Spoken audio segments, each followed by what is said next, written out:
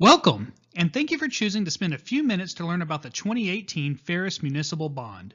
The purpose of this video is to provide you with facts about the bond and the new Municipal Center so that you may make an informed decision in the upcoming election. I know your time is valuable, so let's jump right into it. The new Municipal Center is a $12 million project that includes a proposed new facility that will include an over 15,000 square foot recreation center that houses a regulation-sized basketball court with bleacher seating, exercise rooms, workout rooms, and classrooms, a senior center with a full commercial kitchen and activity area, a police station with enough office space to accommodate our growing department, a fire station with fire headquarters that includes enough vehicle bay space to hold all our fire equipment, city offices to house both City Hall and the adjacent finance building staff, a council chambers and municipal courtroom that will double our current capacity, and a municipal jail with 3 cells to allow for separation of males, females, and juveniles. So, why do we need this new facility? First and foremost is space. Though there is one building that we call City Hall is actually spread between 3 separate buildings: the City Hall building, the Finance building, and the Council chambers. We have outgrown each of these buildings. Second is the Police and Fire buildings. The Police and Fire Department are currently housed in construction trailers.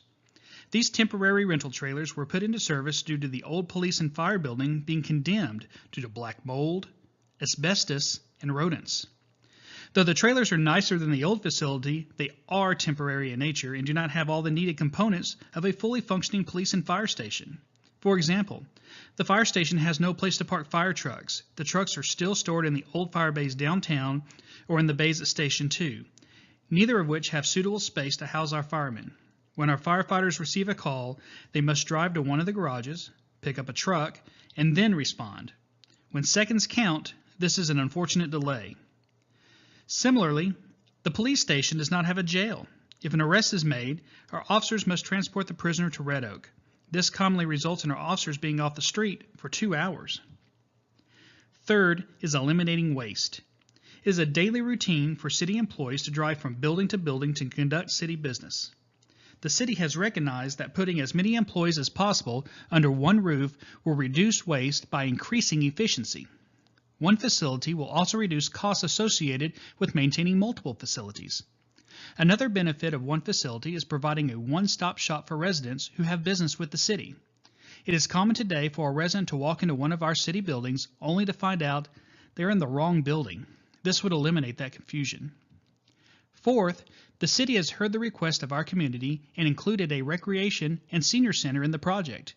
We see the value of having a wholesome place for our youth and seniors to spend time with others in their community. And last, Ferris is growing. We cannot stop the growth, but we can set high standards that create quality growth.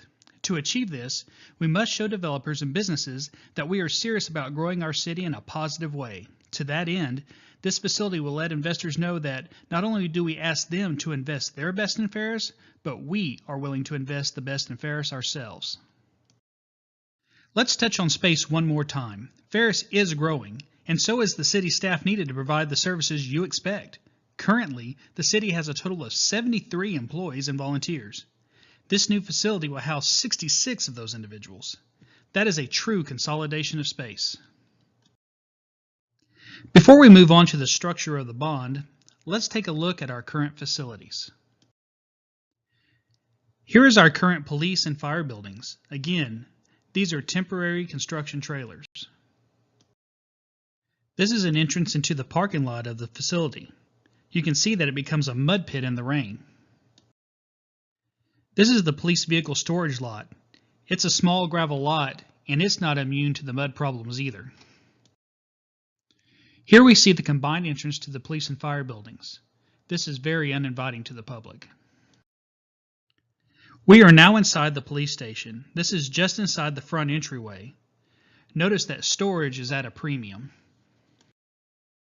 Here we see the training and meeting area inside the police station. This space is cluttered due to lack of storage, and the projector screen hangs in the hallway entrance. This is the patrol bullpen. This space is too small to accommodate police equipment and provide adequate space for report writing. We are now inside the fire station. Here you see the shower and laundry area. This area is also overcrowded due to lack of storage space. Here we see the exit the firemen use when responding to a call. This is a muddy path on wet days. Here is a temporary fire truck storage area. This was a temporary fix to having to drive to another location to pick up a fire engine. But the muddy conditions a fire truck is kept in is less than desirable. Now we're inside City Hall. This is the lobby. Notice there's only 2 chairs for guests, and the meeting room is located directly off the lobby. We're now standing in the meeting room you just saw. This room serves as a hallway between the lobby and the city secretary's office. This makes meetings difficult as persons commonly walk through during a meeting. We are now in the city secretary's office looking into the south hallway. This layout also turns the city secretary's office into part of that hallway, as staff and guests must walk through the secretary's office to get to other parts of the building. So let's take a look at how a new facility can address all these issues.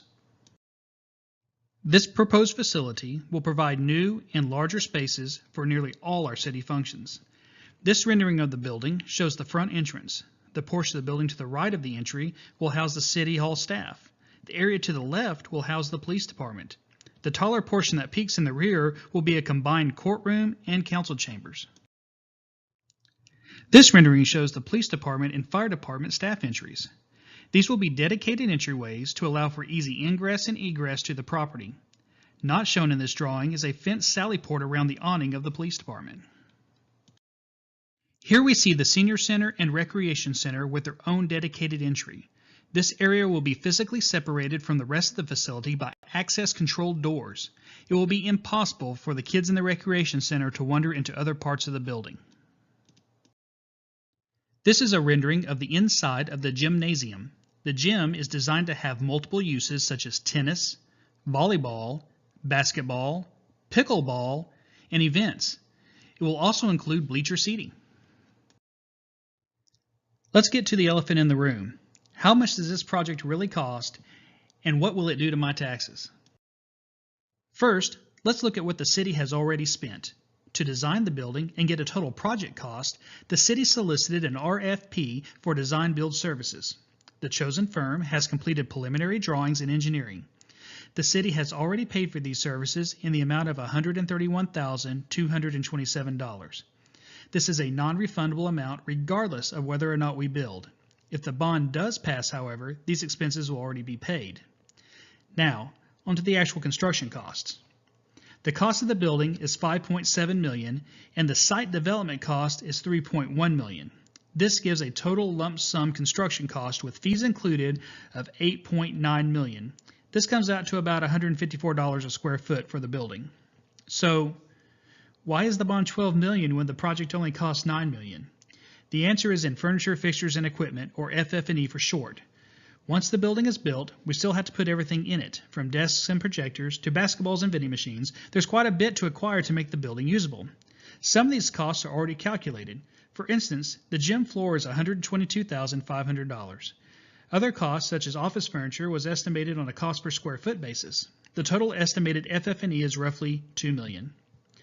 The remaining funds are contingency and miscellaneous expenses. Miscellaneous expenses include extending a water line from 10th Street and South Central Street south to the building site and then looping it around the site for water service and fire protection.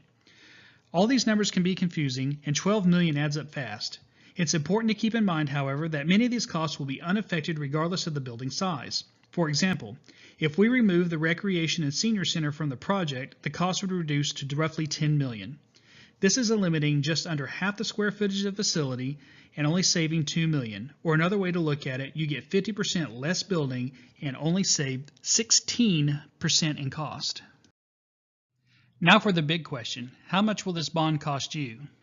The average tax appraisal for a home in Ferris is $80,500. Assuming you are a homeowner and have a homestead exemption, then your taxes would increase by a little over $310 a year or $25 a month.